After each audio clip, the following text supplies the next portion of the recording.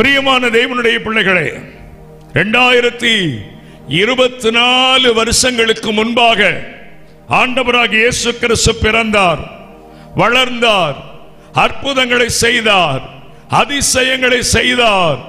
இயேசு கிறிஸ்து செய்த அற்புதங்களுக்கு அளவே இல்லை. இயேசு கிறிஸ்து செய்த அதிசயங்களுக்கு அளவே இல்லை. வேதத்திலே இயேசு செய்த 37 அற்புதங்களை குறித்து வேதம் தெளிவாய் சொல்லுகிறது. இந்த நாளிலே யாருமே பேசுகிறாத ஒரு தலைப்பிலே இந்த சிலுவை தியான நாட்களிலே உங்களோடு நான் பேச போகிறேன். இயேசுவின் சீடர்களிலே ஒருவன் இயேசுவை காட்டிக் கொடுத்தான். அவன் பெயர் யூதாஸ் காரியோத்து. இயேசு சிலுவையிலே அறையப்படும் முன்பாக முத்தத்தினாலே இயேசுவை காட்டிக் கொடுத்தான். 12 சீசர்கள், அதில் ஒரு சீசனை அறிமுகப்படுத்தும் பொழுதே இயேசுவை காட்டிக் கொடுத்த யூதாஸ் காரியோத். யூதாஸ் காரியோத் என்றால் குத்து வாளை தன் கையில் வைத்திருக்கிறவன் என்று அர்த்தம். யோவான் எழுதிய சுவிசேஷம் 12ஆம் அதிகாரம் 4ஆம் வசனம், அப்பொழுது அவருடைய சீசரில் ஒருவனும் அவரை காட்டிக் கொடுக்க போகிறவனுமாகிய சீமோனுடைய குமாரனாகிய யூதாஸ் காரியோத்து. அப்போஸ்தலர்களை சீசர்களை அறிமுகப்படுத்தும் பொழுது இயேசுவை காட்டிக் கொடுக்க போகிறவனாகிய யூதாஸ் காரியோத்து. மார்க் 3:19 அவரை காட்டிக் கொடுத்த யூதாஸ் காரியோத்து என்பவர்களே. லூக்கா 22:47 அவர் அப்படி போகையில் ஜனங்கள் கூட்டமாய் வந்தார்கள். அவர்களுக்கு முன்னே 12 ஒருவனாகிய யூதாஸ் என்பவனும் வந்து இயேசுவை முத்தம் செய்யும்படி அவரிடத்தில் சேர்ந்தான். அங்கே இருக்கிறவரிடத்திலே போய் அவன் சொல்லுகிறான், நான் இயேசுவை காட்டிக் கொடுக்கிறேன், 30 வெள்ளிக்காசை கொடுங்கள். அற்புதத்தை பார்த்தவன், அதிசயங்களை பார்த்தவன், இயேசுவின் அன்பை அறிந்தவன், இயேசுவின் நற்சாட்சியை கண்டவன், இயேசுவின் பரிசுத்தத்தை பார்த்தவன் 30 வெள்ளிக்காசுக்காக இயேசுவை காட்டிக் கொடுக்க ஆயத்தமானான். இன்னைக்கு ரட்சிக்கப்பட்டிருக்கிறீங்க, ஞானஸ்நானம் எடுத்திருக்கிறீங்க, அபிஷேகம் பெற்றிருக்கிறீங்க, நல்ல சபையில் அங்கம் வைத்திருக்கிறீர்கள். நீங்கள் இயேசுவை எப்படி வைத்திருக்கிறீர்கள்? ஒரு 3 காரியங்களிலே இந்த யூதாஸை பற்றி சொல்லி இயேசு உங்களை எப்படி விடுவிக்க போகிறார் என்று நான் சொல்ல போகிறேன். முதலாவது லூக்கா எழுதின சுவிசேஷம் 22:3 அப்பொழுது 12 ஒருவனாகிய ஸ்காரியாத் என்னும் மறுபேர் கொண்ட யூதாசுக்குள் சாத்தான் புகுந்தான். யாருக்குள்ளே? சீசர்களுக்குள்ளே. சீசன் எனக்கும் உங்களுக்கும் கிடைக்கக்கூடாத ஒரு பாக்கியம். இயேசுவோடு நடந்தவன், இயேசுவின் அருகே படுத்து உறங்கினவன், இயேசு செய்த அற்புதங்களை கண்ணார கண்டவன். பைபிள் சொல்லுகிறது சாத்தான் புகுந்தான். முத்தத்தினாலே இயேசுவை காட்டிக் கொடுக்க சாத்தான் புகுந்தான், ஒப்புக்கொண்டான். இன்னைக்கு தேவனுடைய பிள்ளையே, உனக்குள் யார் இருக்கிறார்? பாவம் இருந்தால் சாத்தான், அக்கிரமம் இருந்தால் சாத்தான், வெச்சார ஆவி இருந்தால் சாத்தான், ஏமாற்றினால் சாத்தான், யாரை வஞ்சிக்கிறோமோ அவர்கள் சாத்தான், லஞ்சம் வாங்கினால் சாத்தான், தேவனுக்கு விரோதமாய் நடந்தால் சாத்தான், பெண்ணை இச்சையோடு பார்த்தால் சாத்தான், அடுத்தவருடைய மனைவியை இச்சையோடு பார்த்தால், புருஷனை இச்சையோடு பார்த்தால் சாத்தான். உனக்குள் யார் புகுந்திருக்கிறார்கள் பார். ரட்சிக்கப்பட்டவன், இயேசுவை ஏற்றுக்கொண்டவன், இயேசுவின் பின்னே சென்றவன், இயேசு செய்த அற்புதங்களை பார்த்தவன், டெவில் அவனை பிடித்துக் கொண்டது.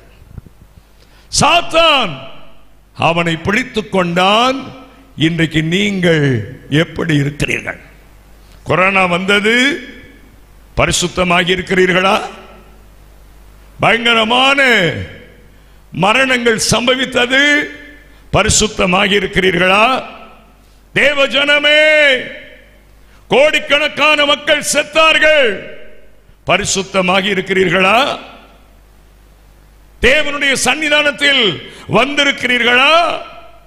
பாவம் அக்கிரமம் உடைய வாழ்க்கையில் பிரவேசித்திருக்கிறதா? ஒவ்வொரு முறையும் ஒவ்வொரு காரியங்கள் தேசத்தில் நடந்து கொண்டே இருக்கிறது. இந்த வருஷத்தின் ஜனவரி 1ஆம் தேதியிலிருந்து இன்று வரைக்கும் பார்ப்பீர்களானால் டேஞ்சரஸ் வேர்ல்டில் போய் கொண்டிருக்கிறோம். அமெரிக்காவில் தீ விபத்து. தேவ ஜனமே, அதே சமயம் விமானம் வெடித்து சிதறி கடலுக்குள் விழுந்தது. பேசஞ்சர் பிளைட்டும் கூட. தேவனுடைய பிள்ளையை ட்ரம்ப் பதவியேற்றார். இந்திய ஜனங்கள் அநேகர் துரத்தப்பட்டார்கள். கைது செய்து சங்கிலியை கையிலையும் காலிலையும் கட்டி ராணுவ விமானத்தில் கொண்டு வந்து பஞ்சாபினுடைய அமிர்தராஸ் என்ற விமான நிலையத்திலே கொண்டு வந்து விட்டார்கள். சாப்பாடு கொடுக்கல, 40 மணி நேரம் ரெஸ்ட் ரூம் போக முடியல. ஜனங்கள் அவதிப்பட்டு வந்து விழுந்தார்கள். வெள்ளச்சேதம். சவுதியில ஜனங்கள் மூழ்கினார்கள், ஜனங்கள் தத்தளித்தார்கள். மூடுபனி நம்முடைய இந்திய தேசத்திலும் வந்தது, ஊட்டியில் வந்தது, மூணாரில் வந்தது, கொடைக்கானலில் வந்தது, டெல்லியில் வந்தது. மாசு படிந்தது. அங்கே என்ன நிற்கிறது, அங்கே என்ன போகிறது தெரியவில்லை. இன்னும் என்ன சம்பவம்? மியன்மாரில் எர்த்குவேக். பல்லாயிரக்கணக்கான மக்கள் மரித்தார்கள். ஒன்றல்ல ரெண்டல்ல, 2வது முறையும் எர்த்குவேக் வந்தது, 3வது முறையும் வந்துவிட்டது. என்ன செய்வதென்று தத்தளிக்கிறார்கள். எடுக்க எடுக்க பின குவியல்கள். கை ஒரு பக்கம், கால் ஒரு பக்கம். பிரம்மாண்டமான பில்டிங் கட்டி கொண்டிருக்கிறார்கள், அப்படியே சாய்ந்து விட்டது. இன்னும் கிறிஸ்தவர்கள் உணர்வடையாமல், இன்னும் கிறிஸ்தவர்கள் தேவ சமூகத்தில் இல்லாமல் இருந்தால் எப்படி? இன்றைக்கு விஞ்ஞானி சொல்லி இருக்கிறார், கட்டாயம் சுனாமி வரும். 3 லட்சத்திற்கும் அதிகமானோர் மரிப்பார்கள் என்று சொல்லி இருக்கிறார். இன்றைக்கு ஏன்? யூதாசுக்குள்ளேயே சாத்தான் புகுந்தான், நமக்குள்ள எப்படிப்பட்ட கிரியைகளின் மூலமாய் புகுந்திருப்பான் என்று யோசித்து பாருங்கள். 2வது பாருங்க, மத்தேயு 26:16, அது முதல் அவன் அவரை காட்டி கொடுப்பதற்கு சமயம் பார்த்து கொண்டிருந்தான். பிசாசு மாதிரி ஆயிட்டான், பிசாசாவே மாறிட்டான். ஆண்டவரை காட்டி கொடுக்க சமயம். தெளிந்த புத்தி உள்ளவர்களாயிருங்கள். ஏனென்றால் எதிராளியாகிய சாத்தான் கர்ச்சிக்கிற சிங்கம் போல யாரை விழுங்கலாம் என்று சமயம் பார்த்து கொண்டிருக்கிறான். எத்தனை பேர் விழுந்து போனீர்கள்? எத்தனை பேர் எழும்பி நிற்கிறீர்கள்? எத்தனை பேர் விழுந்து விழுந்து எழும்புகிறீர்கள்? எத்தனை பேர் ஆண்டவரை விட்டு விலகி போகிறீர்கள்? திரும்ப ஆண்டவர் அண்டை எத்தனை பேர் வருகிறீர்கள்? யூதாஸ் அவரை காட்டி கொடுக்க சமயம் பார்த்து கொண்டிருக்கிறான். எப்படி பாருங்கள், அவன் ரொம்ப டெக்னிக்கா. பிசாசு எப்படி ஜனங்களை விழச் செய்ய சமயம் பார்த்து கொண்டிருக்கிறானோ, எந்த வீக் பாயிண்டோ அந்த வீக் பாயிண்ட்ல அடிக்க அவன் சமயம் பார்த்து கொண்டிருக்கிறான். இன்னைக்கு நீங்க எப்படி இருக்கீங்க சொல்லுங்க? நல்லா இருக்கீங்களா? சந்தோஷமா இருக்கிறீங்களா? ஆண்டவருக்குள்ள இருக்கிறீங்களா? தேவ பக்தியோடு இருக்கிறீங்களா? ஆண்டவரோட ஐக்கியம் வச்சிருக்கிறீங்களா? ஆண்டவருக்கு உங்களுக்கு என்ன சம்பந்தம்? கன்னியாகுமரியிலும் நாகர்கோயிலும் பிரசங்க புலிகளே இருக்கிறாங்க. ஒரு வார்த்தையை கொடுத்தா போதும், 2 மணி நேரம் பிரசங்கம் பண்ணுவாங்க. நான் கிருபாசனம் சென்ட்ரல் கன்வென்ஷன் தாசையா அவர்கள் இருக்கும் பொழுது வந்த பொழுது முதல் நாள் கூட்டத்தில் காலை கூட்டத்தில் 1 மணி நேரம் பிரசங்கம் பண்ணிட்டு உட்காந்துட்டேன். நான் ரூமுக்கு போயிட்டேன். தாசையா அவர் வந்தாரு. 1 மணி நேரம்லாம் பிரசங்கம் பண்ணக்கூடாதுப்பா, 2 மணி நேரம் பிரசங்கம் பண்ணணும்.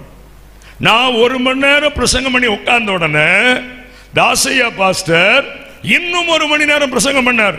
நான் என்ன நினைச்சிட்டேன், கிருபாசனத்தினுடைய காரியம் அப்படித்தான் இருக்கும் போல இருக்கு. வெளியூர்ல இருந்து யாராவது ஊழியக்காரர்களை கூப்பிட்டு பிரசங்கம் பண்ண வைத்துட்டு அவர்கள் பேசுவார்கள் என்று நினைத்து நான் எழும்பி ரூமுக்கு போனேன். அவர் சொன்னார், இல்லையா, நீங்கள் மாலை கூட்டத்திலிருந்து 2 மணி நேரம் பிரசங்கம் பண்ணும். 2 மணி நேரம் பிரசங்கம் பண்ண, 2.5 மணி நேரம் பிரசங்கம் பண்ண, 3/4 மணி நேரம் ஒர்ஷிப் பண்ண, முடிவில் எல்லாருக்கும் ஜெபம் பண்ண. இப்படித்தான் நடந்துகிட்டே இருக்குது.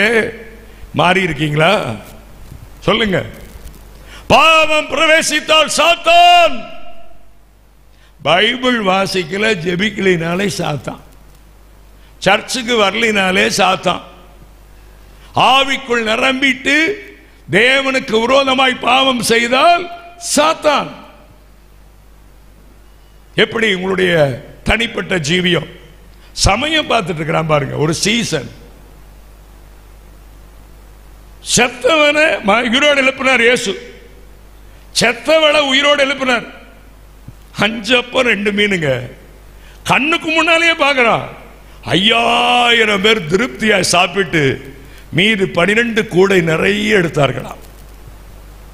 இவ்வளோ அற்புதத்தை பார்த்தவன் இயேசுவை காட்டி கொடுக்க பிசாசு மாறி நேரம் பார்த்துட்டு இருக்கிறான். இப்ப கரெக்டா பரிசேயர் ராணுவ வீரர்கள் வந்து விட்டாங்களா? அவங்க 30 வெள்ளி காசு கொடுத்தவங்க வந்துட்டாங்களா? எங்க வந்துட்டு இருக்கிறாங்க? ஓ, அங்க வந்துட்டு இருக்கிறாங்களா? இயேசுவை காட்டி கொடுக்கறதுக்கு நல்ல நேரம், எந்த சந்தர்ப்பம் பார்த்துட்டே இருக்கிறான். 3வது பாருங்க, லூக்கா 22:47. அவர்கள் அதை கேட்டு சந்தோஷப்பட்டு அவனுக்கு பணம் கொடுப்போம் என்று வாக்குத்தத்தம் பண்ணினார்கள். அவன் அவரை காட்டி கொடுப்பதற்கு தகுந்த சமயம் பார்த்து கொண்டிருந்தான். லூக்கா 23:48. அவர் அப்படி பேசுகையில் ஜனங்கள் கூட்டமாய் வந்தார்கள். அவர்களுக்கு முன்னே 12 ஒருவனாகிய யூதாஸ் என்பவனும் இயேசுவை முத்தம் செய்யும்படி அவரிடத்தில் வந்தான். மத்தேயு எழுதின சுவிசேஷம் 27:3.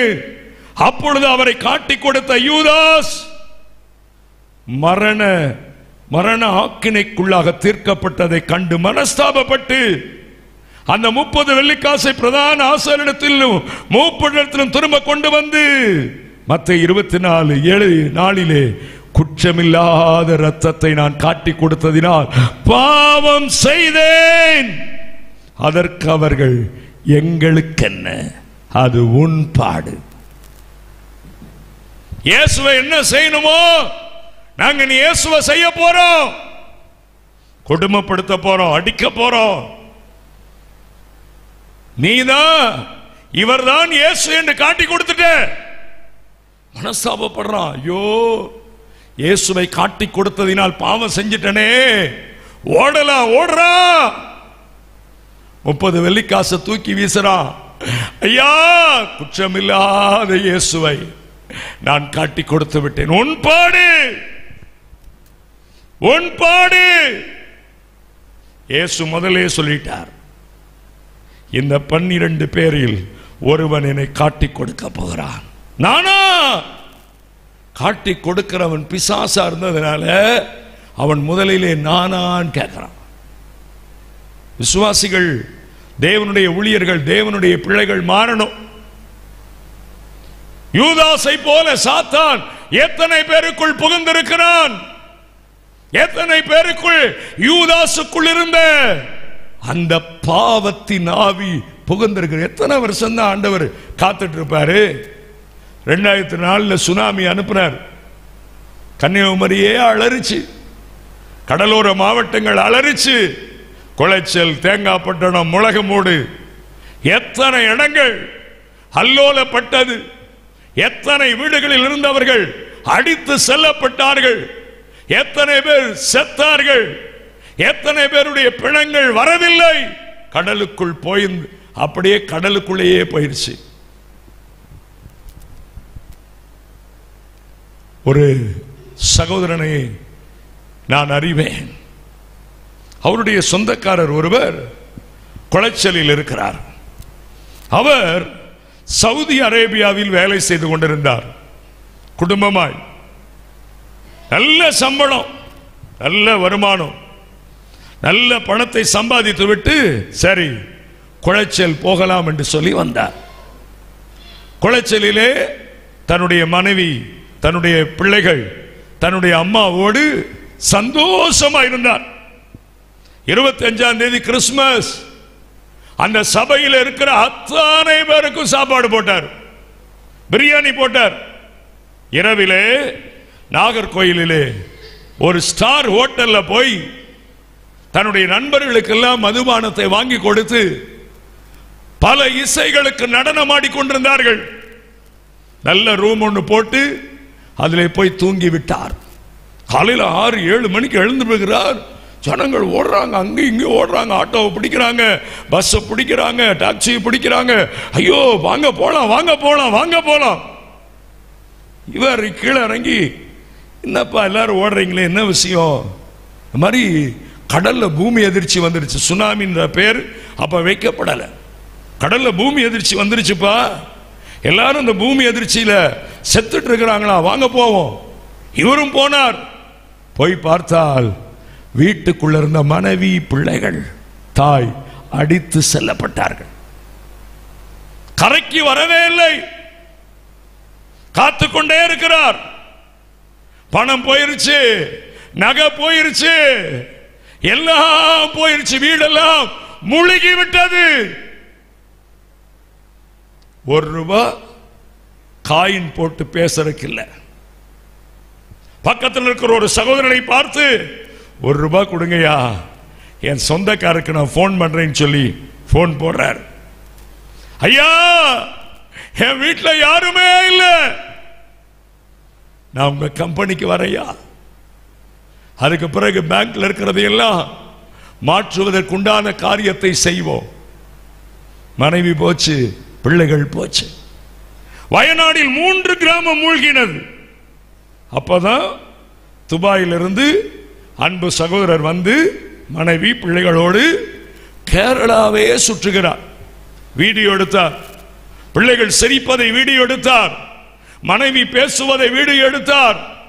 போயிட்டு வரேன்னு சொல்லிட்டு கொச்சின் ஏர்போர்ட்ல போய் அவர் துபாய்க்கு சென்று விட்டார். 4வது நாள் வயநாடுல நிலச்சரிவு, நிலச்சரிவு, நிலச்சரிவுன்னு நியூஸ் வர வர இவர் போன் போடுகிறார். போன் ரிங் ஆகவில்லை. Not reachable, switched off. உடனே தன்னுடைய ஓனர் இடத்துல போய், ஐயா என் ஊர் வயநாடியா, என் பிள்ளைகள் மனைவி எல்லாம் இப்பதான் பார்த்துட்டு லீவ் முடிஞ்சு வந்தேன், என்னாச்சுன்னு தெரியல, போன் கனெக்டே இல்லை. ஐயா நான் போறேன், எனக்கு லீவ் கொடுங்க. லீவ் எல்லாம் கொடுக்க முடியாதுப்பா, போயா நீயும் வேலையும் சொல்லி தூக்கி வீசிட்டு விமானம் ஏறி வருகிறார். வயநாடு போகிறார். கிராமமே இல்லை, அவர் வாழ்ந்த கிராமமே இல்லை. அங்கும் இங்கும் ஓடுகிறார். ராணுவ வீரர்கள் எத்தனையோ பேர் இடத்துல போய் காலில் விழுகிறார். ஐயா பிணம் எங்கே, பிணம் எங்கே? ஓடுகிறார். பிணம் வைத்திருக்கிற ஹாலுக்குள்ளே போய் பார்க்கிறார். தன் மனைவி, தன் பிள்ளைகளுடைய சரீரம் இல்லை. அவர் இருந்த வீட்டுக்கு வருகிறார். வீடு இல்லாதனால அந்த இடத்துல உட்கார்ந்து தலையில தட்டிட்டு அழுகிறார். கீழே பார்த்தா ஒரு சின்ன துணி பிட். அதை எடுத்து பார்த்தால் தன் மனைவியினுடைய சேலை. ஐயா ராணுவ வீரரே, என் மனைவி சேலை இங்க கிடைச்சிருக்கியா? தோண்டு தோண்டி என் மனைவி இங்கதான் இருப்பா, அவ மூஞ்சி நான் பார்க்கணும். ஐயா தோண்ட முடியாதியா, இங்க பாறை உள்ளே விழுந்து விட்டது, எந்த பிரேதத்தையும் எடுக்க முடியாதியா. பைத்தியம் பிடித்தவரை போல அங்கும் இங்கும் ஓடின காட்சியை டெலிவிஷனில் பார்த்தேன். இனி என்னங்க வரணும்? கொள்ளை நோய் வந்துருச்சு, பூமி அதிர்ச்சி வந்துருச்சு, சுனாமி வந்துருச்சு, இப்போ என்னென்னமோ நோய் வந்துட்டு இருக்குது, வைரஸ் காய்ச்சல் வந்துருச்சு, குணமாக்கப்பட முடியாத வியாதிகள் வந்துருச்சு. இன்னும் உணர்வில்லாமல் அறிவில்லாமல் இருந்தால் எப்படி? நான்று கொண்டு செத்தானுங்க. தூக்கு மாட்டிட்டு, மரத்துல தூக்கு மாட்டிட்டு வயிறு வெடிச்சு செத்துட்டான் சீசன். யோசிச்சு பாருங்க. குற்றமில்லாத இயேசுவை காட்டி கொடுத்தேன். இயேசுவின் பிள்ளையா இருந்தவன் சபிக்கப்பட்ட சத்துருவாய் மாறி நான்று கொண்டு செத்தான். 11 பேர் ரத்த சாட்சியா மரிச்சாங்க. இவனோ இயேசுவை காட்டி கொடுத்ததற்காக நான்று கொண்டு செத்தான். இந்த சிலுவை தியான கூட்டத்தில் சிலுவைக்கு முன்பாக நடந்த காரியம், இயேசுவை காட்டி கொடுத்த யூதாஸ் கொத்துவாளை தன் கையிலே வைத்திருக்கிறவன் என்ற பெயரையுடைய யூதாஸ் நான்று கொண்டு செத்தான். உனக்குள்ள யார் இருக்கு? சாத்தான் புகுந்தான், சாத்தானாக மாறினான். சாத்தான போலவே அவன் செய்ய வேண்டிய காரியத்தை உலக இரட்சகருக்கு செய்து மனஸ்தாபப்பட்டான். அவன் மனஸ்தாபம் கேட்கப்படவில்லை, நான்று கொண்டு செத்தான். நீ எப்படி இருக்கிற சொல்? Holy god TV, holy land டிவியை பார்த்து கொண்டிருக்கிறவர்களே, நீங்க எப்படி இருக்கிறீங்க?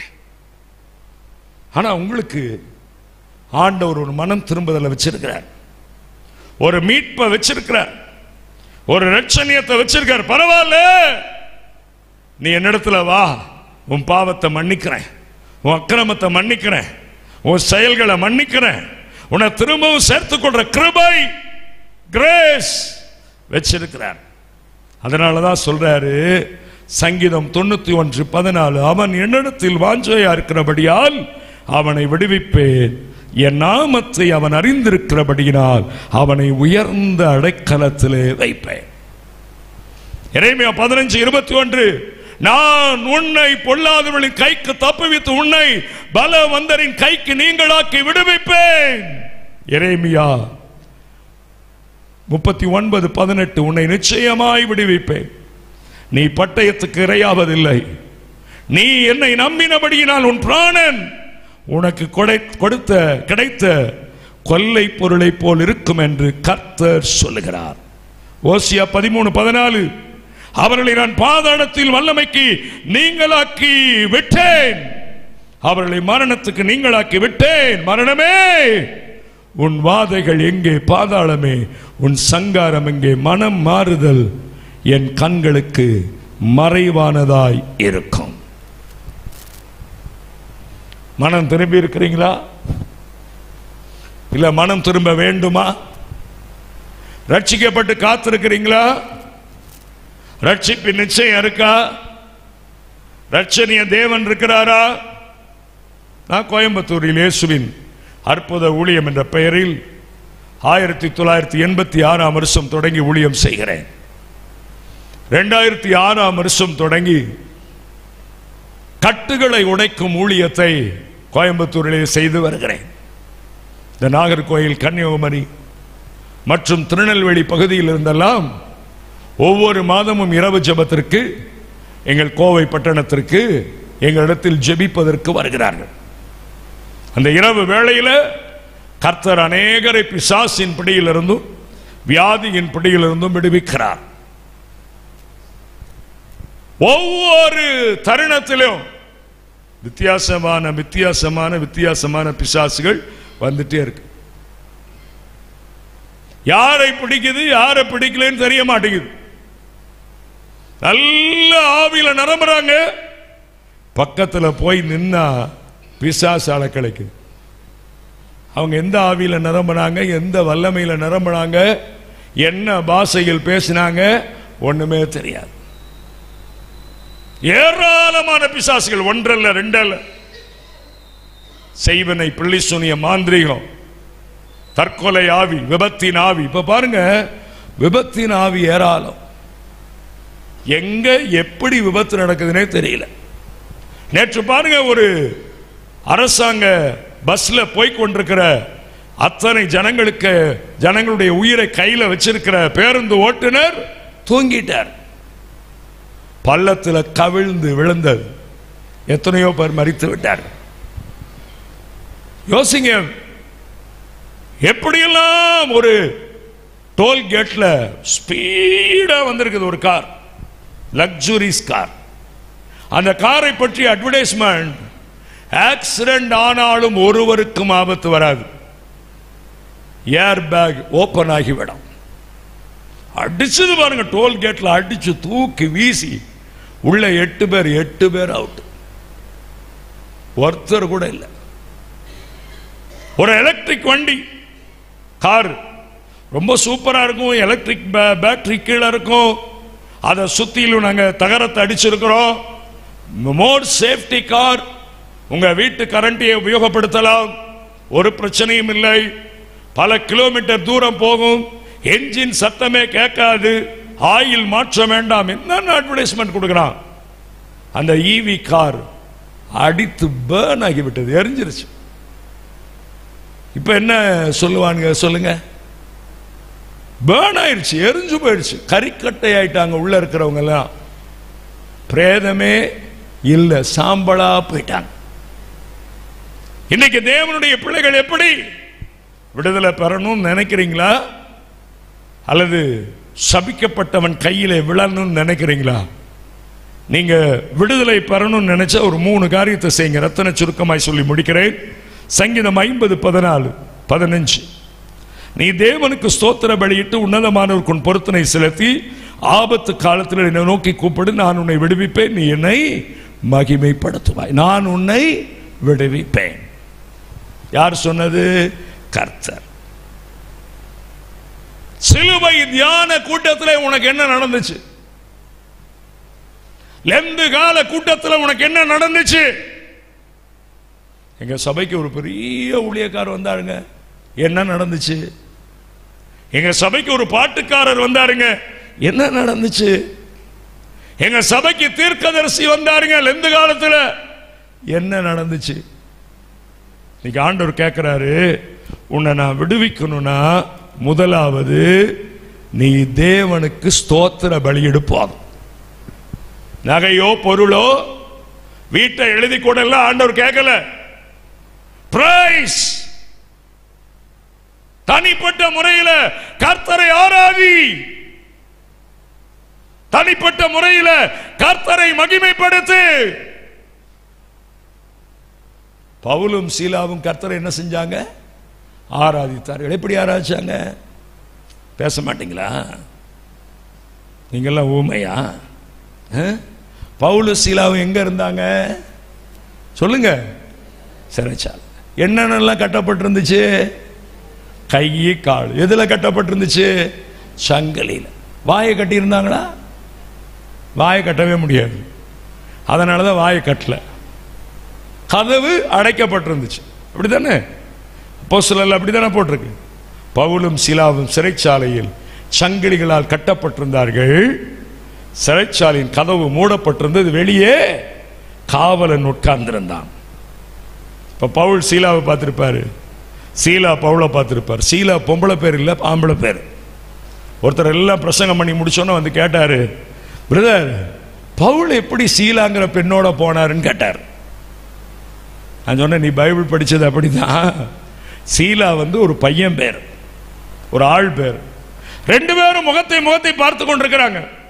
பவுல் சொல்றாரு, நாம் ஆண்டவரை துதிக்கிறதுக்கு வாய் இருக்குல்ல, ஸ்தோத்திர பலிகளை செலுத்துவோம், ஸ்தோத்திர பலிகளை செலுத்துவோம். ஸ்தோத்திரம் பண்ண ஆரம்பிச்சாங்க பாருங்க, 2 பேரும் அப்படியே அசையுது, எர்த்குயிக். நீங்க நல்லா வீட்டில் உட்கார்ந்து ஜெபம் பண்ண ஆரம்பிச்சீங்கன்னா, அப்படியே வீடு அசைஞ்சதுன்னா என்ன பண்ணுவீங்க? துண்டக்கான துணையக்கானன்னு சொல்லி தலைதறிக்க வெளியே ஓடி வந்து, ஐயோ என் வீட்டில் பூமி அதிர்ச்சி வந்துருச்சு. பக்கத்து வீட்டுக்காரி கேப்பா, என் வீட்டில் வரலையே, உன் வீட்டில் மட்டும் வந்துருச்சே. பவுல் என்ன தெரியுமா சொன்னா சீலாவை பார்த்து? அசைஞ்சதுன்னு சொல்லி உட்கார்ந்துராத, திரும்ப துதி. ஏன்னா ஆண்டவரை துதிக்கும் போது பிரச்சனை அதிகமாகும், வேதனை அதிகமாகும். துதிக்க ஆரம்பிச்சாங்க. சங்கிலி எல்லாம் உடைஞ்சிருச்சு. 2 பேரும் எந்திரிச்சிட்டாங்க. அப்பவும் பவுல் சொல்றாரு, விடாம துதிப்போம், விடாம துதிப்போம். ஏன்னா கதவு திறக்கப்படல. இல்லை, துதிச்சாங்க பாருங்க, கதவு திறக்கப்பட்டுருச்சு. கதவு திறக்கப்பட்ட விடுதலையோடு 2 பேர் வெளியே வராங்க. 2 பேர். உங்க வீட்டில் எத்தனை பேர் இருக்கிறீங்க? புருஷன், மனைவி, பிள்ளைகள். என்ன பண்ணிட்டு இருக்கிறீங்க? டிவி பார்த்துட்டு இருக்கிறீங்க, இன்டர்நெட்டை பார்த்துட்டு இருக்கிறீங்க, மோசமான காரியங்களை பார்த்துட்டு இருக்கிறீங்க. பிள்ளைகள் விளையாடுறாங்க, மணிக்கணக்கா டெலிபோன்ல பேசிட்டு இருக்கிற. துதிக்கிற நேரம் எவ்வளவு? துதிக்கிறதுக்கு சொல்லி தரணுமா?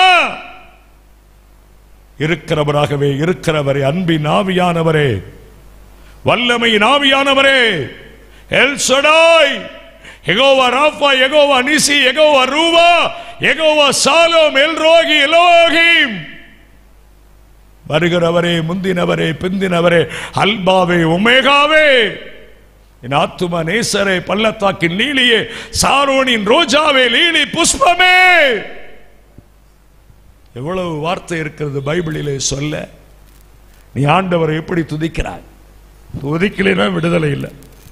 2வது, உன்னதமானவருக்கு உன் பொருத்தனைகளை செலுத்தி. என்ன பொருத்தனையை தேவ சமூகத்தில் சொன்னாயோ நிறைவேற்று. அன்னால் பொருத்தனை பண்ணா, எனக்கு ஒரு குமாரனை கொடுத்தால் உமக்கே, பேசுங்களேன், உமக்கே கொடுப்பேன். பிள்ளை பிறந்துச்சு, சாமுவேல் பேர் வச்சா. தேவனுக்கு பால் மறந்த கையோடு தேவாலயத்தில் என்ன செஞ்சா? கொண்டு வந்து விட்டா. இன்னைக்கு நாமெல்லாம் கமுக்கமா இருந்துருவோம். குழந்தை இல்லை, குழந்தை இல்லை, குழந்தை இல்லை, குழந்தை இல்லை. குழந்தை தந்த உடனே அப்பா குழந்தையை தந்துட்டார், ஸ்தோத்திரம். என்ன பொருத்தனை பண்ணோம், என்ன ஆண்டவருக்கு நேர்ந்து கொண்டோன்னு தெரியாது. அன்னால் பால் மறந்த கையோடு கொண்டு வந்து விட்டாள். அவளை விட ஒருத்தன் பாருங்க, எப்தா, யுத்த களத்துக்கு போவதற்கு முன்பாக முடிவெடுக்கிறான். நான் போவேன், ஜெயித்தேன் என்றால் என் வீட்டிற்குள் இருந்து யார் வெளியே வருகிறார்களோ அவர்களை பலி செலுத்துவேன். நினைச்சு பார்த்தானா, தன் மகள் வெளியே வருகிறாள். நாமளா இருந்து என்ன பண்ணுவோம் தெரியுமா? ஆண்டவரே, என் மக வருவான்னு எனக்கு தெரியாது, தயவு செய்து மன்னியும், அடுத்து யார் வருகிறார்களோ அவர்களை பலி செலுத்துகிறேன்னு சொல்லி ஆண்டவர்கிட்ட ஒரு நிமிஷம் ஃபர்கிவ் பண்ண சொல்லியிருப்போம். இவன் அழுதான். பிள்ளை வந்து கேட்டா, ஏப்பா அழுகிறீங்க? என் வீட்டில இருந்து யார் வர்றாங்களோ அவங்கள பலி செலுத்துறேன்னு சொல்லிட. கொடுத்துருங்கப்பா, 3 மாசம் மட்டும் டைம் கொடுங்க, நீங்க என்னை பலி செலுத்துருங்க. எப்தாவை விட அந்த மகள் எனக்கு பிடிச்சது. இன்னைக்கு நாமளா இருந்தா ஓடி இருப்போம். அப்பாக்கு அம்மாக்கு தெரியாம பிளைட்ல போயிருப்போம், கார்ல போயிருப்போம், பஸ்ல போயிருப்போம், தெரியாத கிராமத்துல போய் உட்காந்துக்குவோம், இந்த மனுஷனுக்கு வேற வேலை இல்லைன்னு. இன்னைக்கு நீ எப்படி இருக்கிற சொல்லு. ஆண்டவருக்கு என்ன பொருத்தனை பண்ண, என்ன பொருத்தனையை நிறைவேற்றினாய்? நிறைவேற்றல, நிறைவேற்று. பொருத்தனை சொல்லுவதை பார்க்கிலும் சொல்லாமல் இருப்பது நலம். பொருத்தனையை சொன்னால் செய்துவிடு. ஊழியத்துக்கு ஒப்பு கொடுப்பேன்னு சொன்னையா, ஒப்பு கொடுத்துரு. சர்ச்சுக்கு ஃபேன் வாங்கி கொடுப்பேன்னு சொன்னையா, வாங்கி கொடுத்துரு. சர்ச்சு கட்டடத்திற்கு பொருத்தனை பண்ணியா, ஒப்பு கொடுத்துரு. இல்லைன்னா அவ்வளவுதான். 3வது ஒன்று சொல்லி ஜெபிக்க போகிறேன். ஆபத்து காலத்தில் என்னை நோக்கி கூப்பிடு. இந்த காலத்தில் பேசுங்களேன். நீங்க இப்படி இருக்கிறத பார்த்தா எங்க கோயம்புத்தூர் எவ்வளவோ பரவாயில்ல போல இருக்கு.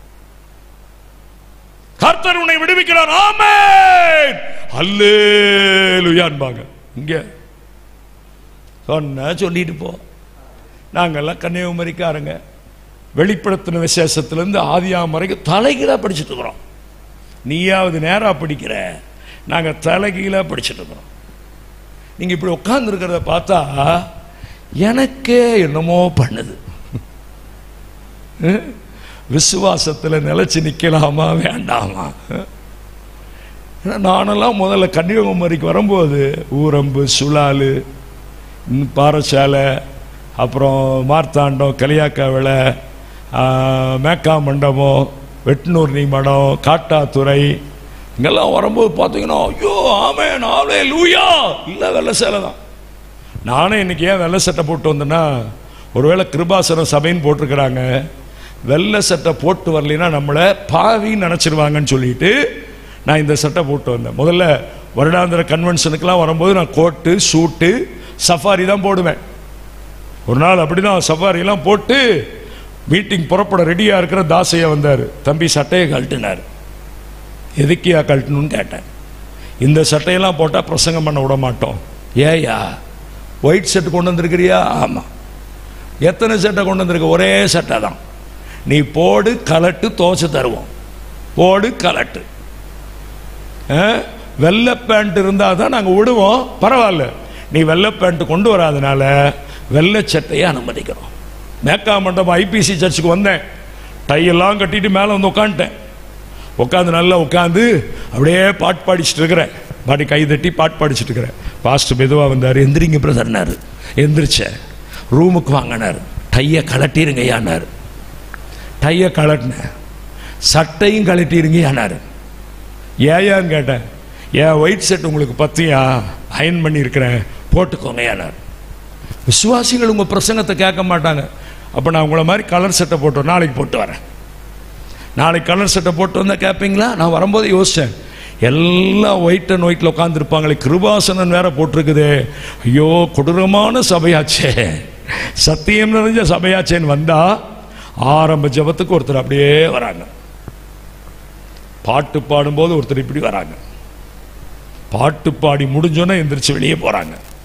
அதுக்கப்புறம் உள்ள வர்றாங்க. அதுக்கப்புறம் ஸ்லோ மோஷனில் முக்காடு போடுறாங்க. அதுக்கப்புறம் வாயை திறக்கலாமா வேண்டாமா?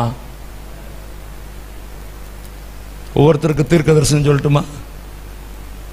அப்பவும் வாயை திறப்பீங்களா? கர்த்தர் உன்னை ஆசீர்வதிக்க போகிறார். ஆமென். நான் எல்லாம் டெய்லி பிரசங்கம் பண்ணிட்டு இருக்கிறேன் தெரியுமா? டெய்லி ஊழியம் செஞ்சுட்டு இருக்கிறேன் தெரியுங்களா? இப்போ இதை முடிச்சுட்டு கோயம்புத்தூருக்கு போனோன்னு சனிக்கிழமை சாயந்தரம் கூட்டம், ஞாயிற்றுக்கிழமை ஆராதனை, ஞாயிற்றுக்கிழமை மதியம் ஜெர்மனுக்கு போகிறேன். பிப்ரவரியில் German, France, republic, Netherland, Swiss 5 இடத்துல பிரசங்கம் பண்ணேன். டெய்லி ஒரு நாள் கூட ஓய்வு இல்லை. நான்லாம் இப்படியெல்லாம் உட்கார்ந்ததா சரித்திரமே இல்லை. எங்கள் அப்பா பெந்தகோஸ்ட் பாஸ்டர், அசம்பிளிஸ் ஆஃப் காட்ல. கொட்டு தான் அப்போ தெரியுமா? கொட்டு கொட்டு தெரியுமா? தெரியுமா தெரியாதா? ஒன்று இப்படி ஆட்டுங்க, இல்லைன்னா இப்படி ஆட்டுங்க, இப்படி ஆட்டுங்க. தெரியுமா தெரியாதா? கொட்டு தெரியுமா? கொட்டு கிளியும். வல்லமை உண்டு, வல்லமை உண்டு, வல்லமை உண்டுன்னா அந்த கொட்டு கிளியும். இங்கெல்லாம் கையை தட்டி ஆமேன் ஆமேன் ஆமேன் ஆமேன் ஆமேன். அவர் கீபோர்டு வாசிச்சு அதை ட்ரம் பீட் போட்டு என்னென்னமோ மிக்ஸ் பண்ணி பாட தெரியாத எங்களையே பாடகராக மாற்றிட்டார். என் பையன் தான் பாடுவான் தெரியுமா? என் பையன் உங்களுக்கு நான் அழுத போதெல்லாம் தெரியுமா? எப்படிப்பா நன்றி சொல்லுவேன், சொல்ல வார்த்தையே இல்லை தெரியுமா பாட்டு? அதுதான் என் பையன் வளர்த்தியா இருக்கிறவன். எப்படி ஒரு ஷீப் நடத்துவான் தெரியுமா? 1.5 மணி நேரம் ஒரு ஷீப் நடத்துவான். கேளுங்க, கூட வந்திருக்கிறவர்கிட்ட. பாஸ்ட் இப்பவே டேட் வாங்கிட்டார். ஜூலை 24 ஒரு கான்சர்ட் நடத்துகிறோம், உங்கள் பையனை கூப்பிட போகிறோன்னு. இப்படியெல்லாம் நீங்கள் உட்கார்ந்துட்டு இருந்தீங்கன்னா ஆண்களுக்கு என்னப்பா கவலை? இப்படி கன்னத்தில் இப்படி கை வச்சா என்ன அர்த்தம் தெரியுமா? கவலைன்னு அர்த்தம். இன்னொரு கையை இங்கே வச்சோம்னா கவலையோ கவலையோன்னு அர்த்தம். என்ன கவலையோ? சரி, கர்த்தர் உங்களையும் நேசிக்கிறார். ஹல்லேலூயா. ஆபத்து காலத்தில் அப்பாடா இவ்வளோ சத்தமெல்லாம் வேண்டாங்க, கொஞ்சமா சத்தம் போடுங்க. ஆபத்து காலத்தில் நான் உன்னை, நீ என்னை. அப்போ ஆபத்து காலம் இது, இதுதான் ஆபத்து. தங்க விலை ஏறிடுச்சு, பொருட்கள் விலை ஏறிடுச்சு, எல்லாம் ஏறிடுச்சு. இனியெல்லாம் போய் சேலை வாங்க முடியாது, இனியெல்லாம் போய் பேண்ட் ஷர்ட் வாங்க முடியாது, விலை ஏறிடுச்சு. தங்க ஏறி போயிட்டு இருக்கு. இன்றைக்கு தேவனுடைய பிள்ளைகள் ஆபத்து காலத்தில் வந்திருக்கிறீங்க. உங்க ஜெபம் எங்கே? அப்போஸ்தலர் 4:31 அவர்கள் ஜெபம் பண்ணின போது அவர்கள் இருந்த இடம் அசைந்தது. சாயங்காலமான போது இயேசுவோ தனியே ஜெபம் பண்ணினார். ஜெபம் இருக்கா? எத்தனை பேருடைய முழங்கால் கருப்பா இருக்குது? முழங்கால் கருப்பா இருந்தா ஜெபம் பண்ணீங்கன்னு அர்த்தம். முழங்கால் காப்பு கட்டி இருந்தா ஜெபம் பண்ணீங்கன்னு அர்த்தம். முழங்கால் இருந்து ரத்தம் வந்துருச்சுன்னா ஜெபம் பண்ணீங்கன்னு அர்த்தம். அங்க போய் ஆண்டவர் நீ ஜெபம் பண்ணதை லிஸ்ட்ல வச்சிருப்பார், சாத்தானு வச்சிருப்பான். ஒரு நாளைக்கு எவ்வளவு நேரம் ஜெபம் பண்ணீங்க, எவ்வளவு நேரம் பைபிள் வாசிங்க, எவ்வளவு நேரம் கர்த்தரோட ஐக்கியப்பட்டீங்க சொல்லுங்க மனசுக்குள்ளேயே. இன்றைக்கு ஜெபம் பண்ணீங்களா? இன்றைக்கு பைபிள் வாசிங்களா? சொல்லுங்க. நானெல்லாம் ஒரு காலத்தில் என்ன நினைச்சிட்டு இருந்தேன் தெரியுமா? திருநெல்வேலி, கன்னியாகுமரி, நாகர்கோயில்காரங்க தான் பரலோகத்துக்கு போவாங்க. ஞாயிற்றுக்கிழமை பார்த்தா டிஎம்டி பெஞ்சமின் அவருடைய சபையில் நான் வருஷம் 5 சர்வீஸில் பிரசங்கம் பண்ண வருவேன். காலையில் 5:15 மணிக்கு எங்களை கூட்டிகிட்டு போவாங்க. பைபிளும் கையுமா தான் ஊர் ஊரா பார்ப்பேன். நம்ம கோயம்புத்தூர்ல இப்படி இல்லையே, அங்கலாய்ப்பேன். ஒரு ஆராதனை முடியும், அடுத்த ஆராதனைக்கு உள்ள வந்துருவாங்க. ஆமென் அப்படின்னு இரண்டாவது ஆராதனை துவங்குகிறது. எல்லாரும் கண்களை மூடி ஜெபிப்போம், உள்ள வந்துருவாங்க. இவங்க எல்லாம் வெளியே போயிடுவாங்க. 5 ஆராதனை, 2000 பேர் ஒரு ஆராதனைக்கு வராங்க. யோசிங்க. ஒரு ஃபாஸ்டிங் பிரேயர்ல பேச போனேன், கட்டுக்கடங்காத கூட்டம். சாப்பாடெல்லாம் போடுறது இல்லை. ஜனங்கள் அப்படி ஆர்ப்பரிக்கிறதை பார்க்கும் பொழுது நான் நினைச்சேன், கன்னியாகுமரி, நாகர்கோயில், திருநெல்வேலி தான் பரலோகத்துக்கு போகும், நம்ம ஊரெல்லாம் போகாது. இப்ப நான் பார்த்த லெவல்ல டேஷ் டேஷ் ஃபுல் ஸ்டாப். ஏதோ சொல்லி வாட்ஸ்அப்ல நாம அடி வாங்கிறது. நீ ஏன் நிரப்பிக்கோ. எங்க ஊர்ல எல்லாங்க, எங்க சபையில எல்லாம் நான் வந்து வாத்தியார், பிள்ளைகள்லாம் டீச்சர், பிள்ளைகள்லாம் ஸ்டூடெண்ட். திட்டுவேன், முடிஞ்சா 4 அறை கூட வைப்பேன், கண்டிஷன் போடுவேன். என் சபை அப்படியே உயிர்ப்பிக்கப்பட்ட சபை தெரியுமா உங்களுக்கு? அத்தனை பேரை குறிச்சு ஃபிங்கர் டிப்ல ப்ராஃபஸி வச்சிருக்க. யார் எப்ப வந்தாலும் தீர்க்க தரிசனம் ஆண்டவர் சொல்லுவார். எங்க 2 பேர் 3 பேர் நாமத்தினாலே கூடியிருக்கிறார்கள் அவள் மத்தியில் நான் இருப்பேன். நீங்க சொல்ல மாட்டீங்களா? ஏமா உனக்கு பாய் இல்லையா? இருக்கா இல்லையா? கண்ணாடி போட்டிருக்கிறீங்களா? மா சாப்பாடு கூட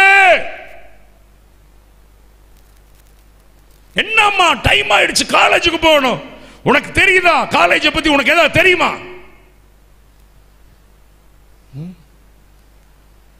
நான் சத்தம் போடுவீங்க. நாகர்கோயில்காரங்க, கன்னியாகுமரிக்காரங்க, திருநெல்வேலிக்காரங்க அப்படியே கப்பு சுப்புன்னு. இயேசுவோ பேசாமல் இருந்தார். அது ஒரு டாபிக் வருது சிலுவையில். இயேசுவோ பேசாமல் இருந்தார். நமக்கு என்ன வம்பு? வாயை திறந்தாலும் வம்பு, வாயை திறக்காட்டியும் வம்பு. அதுக்கு பேசாம அப்படியே ஊமை மாதிரி உட்கார்ந்துட்டா நல்லா இருக்கும். ஆபத்து காலத்தில் நான் உன்னை, கொஞ்சம் எழுப்புதல் கம்மியாயிடுச்சு இல்ல அப்படியே விட. ஆபத்து காலத்தில் நான் உன்னை, நீ என்னை. ஹல்லேலூயா. கையை தட்டி ஆமென் சொல்லுங்க பார்க்கலாம். நல்ல கையை தட்டி ஆமென்.